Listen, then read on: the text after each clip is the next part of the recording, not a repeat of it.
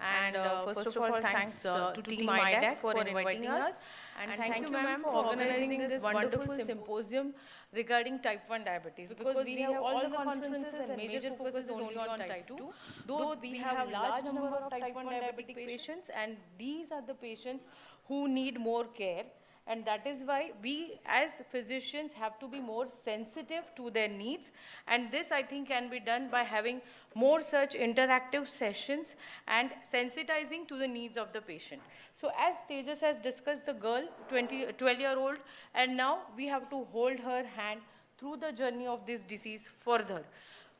So what will be the main element for the success of the therapy? Of course, all of us are focusing on it right from first, that is, management includes insulin and monitoring. So effectively, what is our aim? Effective delivering exogenous insulin to maintain the glucose level as close to the individual's target range as possible, to prevent the development and progression of complications without having episodes of hypoglycemia. It can be minor or major hypoglycemia. Especially, we need to avoid level 2 and level 3 hypoglycemia. Along with that, we need to prevent DKA. So we have to provide approaches and treatment and devices that minimize the psychosocial burden of living with type 1 diabetes, and consequently the related distress, as well as promoting the psychosocial well-being. So that is most important. We have to control patients' blood glucose levels without she ending up in hypo or DKA, and see to the psychosocial well-being, which is the part which is more often neglected because we are very busy, not able to answer to all the queries that the patient or the family needs to know. And therefore, we have to give more time. Now, today we are celebrating centenary year of insulin. Since the time it was manufactured, there is lot of progress, lot of newer insulins, and therefore now we have a huge armamentarium of insulin. Like we have an OHA armamentarium, we also have insulin armamentarium. Like Dr. Prasanna was talking today morning, earlier in the initial days, there was only rapid-acting insulin, and that is what was used for treating type 1 diabetes also. But over the century, there is a lot of new insulins available, and depending on the pharmacokinetic and pharmacodynamic profiles of each one of them, so we can classify them according to like rapid-acting analogs, which is Lispro, Aspart, or Glulysin. There is ultra-rapid-acting analog also, which is marketed as Fiasp or faster-acting Aspart. Short-acting insulin is the regular human insulin, and then there is an intermediate-acting NPH. Again, there are long-acting insulins, the basal insulins like Glargine and Detimir, and ultra-long-acting basal are U300 Glargine and Degludec. So these are the insulins, the basal insulins, which have nearly peakless profile. So each insulin can be used, but depending on the patient's cost consideration, education, motivation, everything can be considered when you are using insulin. Again, the delivery systems are available like the syringes, the pens, and the pumps.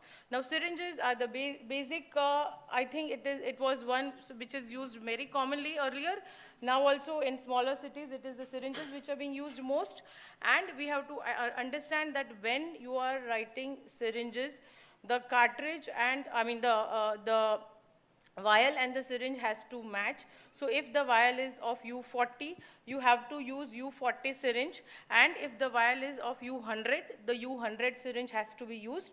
Each vials and syringes are color coded, so it is easier to, even for the patient or the relatives who may not be very well educated, to understand this aspect. So therefore, there should not be any mismatch in using this.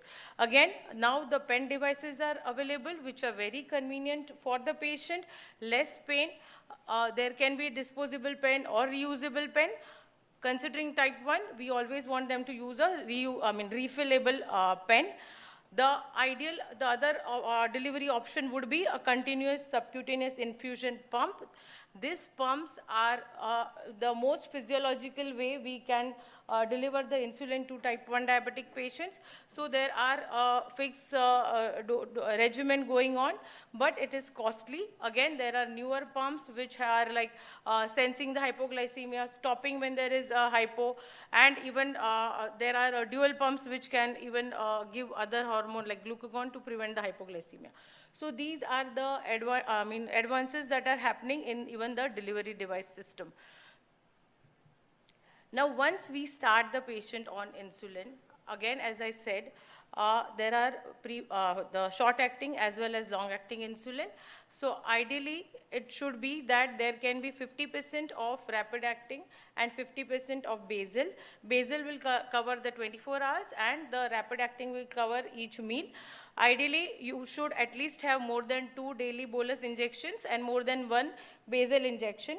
The most ideal would be a basal bolus regimen, but it may not be always practical.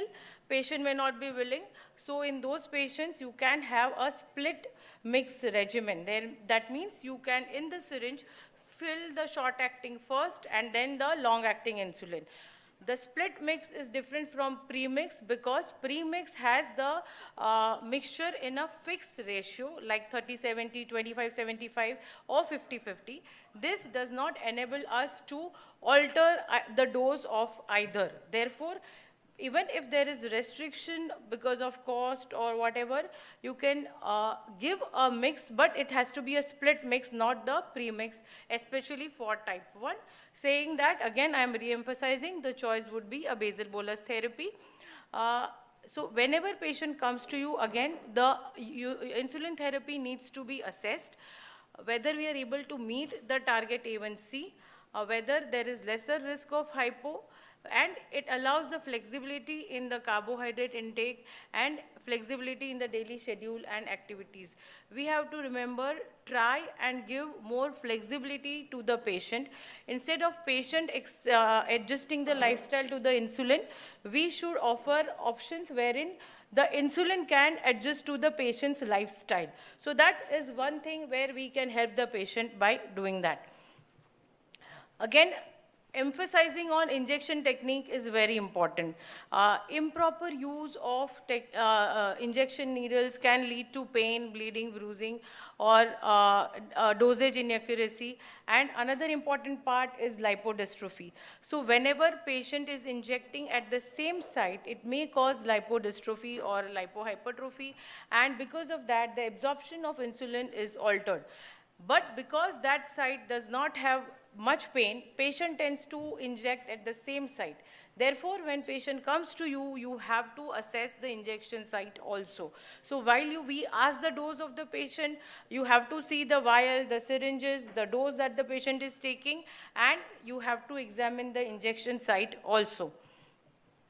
The rotation of injection site is also equally important because, as I said, it prevents the lipohypertrophy, and it is a good practice to educate the patient regarding the rotation of the site. So it can be rotated between the thighs, the abdomen, and the arms. Each site has different absorption rate. Abdominal insulin will be absorbed faster than those given on the thighs. Again, the activity level will also alter the absorption levels. Now, managing diabetes 24/7 is a jugglery. It has to be between the exercise, the food intake. So whenever the patient is taking insulin, the concern is what to eat, when to eat, what to exercise, when to exercise. So each regimen has to be individualized. Patient's timing regarding the exercise and the food has to be taken care of. Again, we have to educate the patient regarding hypo as well as DKA. So there is, during exercise, if there is high intensity exercise, patient may tend to have hypo. Therefore, he or she should be advised to take a small carb snack before exercising. Monitoring glucose levels is very important. Look for hypo as well as ketosis when the patient is having, patient is exercising. Now, after advising everything, if the patient is still not on goal, not on the standard that you want, then what should we do? There should be an intensified approach, including education, monitoring, and contact with the diabetes team. So especially the adolescent children and younger children need to be counseled more. The entire team has to have in touch with them, need to reassess the nutrition, need to reassess the exercise pattern and everything. Even the family and the psychological interventions has to be done for both the patient as well as family. And there comes the role of support groups like JDF and UDAN, which Madam has already discussed. The support groups are very important when a type 1 diabetic meets another type 1 diabetic. Their confidence and their positivity to manage the disease is increased. So if the patient is still not on target, and then what are the options? We increase the frequency of injections, change in the type of basal or bolus insulin, or if possible, change to the subcutaneous infusion pump. Now, if we shift the patient on insulin, intensive insulin therapy, as we have for type 2 UKPDS, like that, we have intensive study for type 1 diabetes like DCCT, and it has shown that intensive control reduces the risk of microvascular complication. Even the follow-up study, the IDEC study, have shown that those who were controlled intensively and early have lesser risk of microvascular complications even later in life. So even if you have a good control later, but you have wasted earlier time, then that risk of microvascular complications cannot be reduced. But the disadvantage of intensive insulin therapy would be, again, a risk of hypoglycemia and weight gain. So it has to be titrated quite well.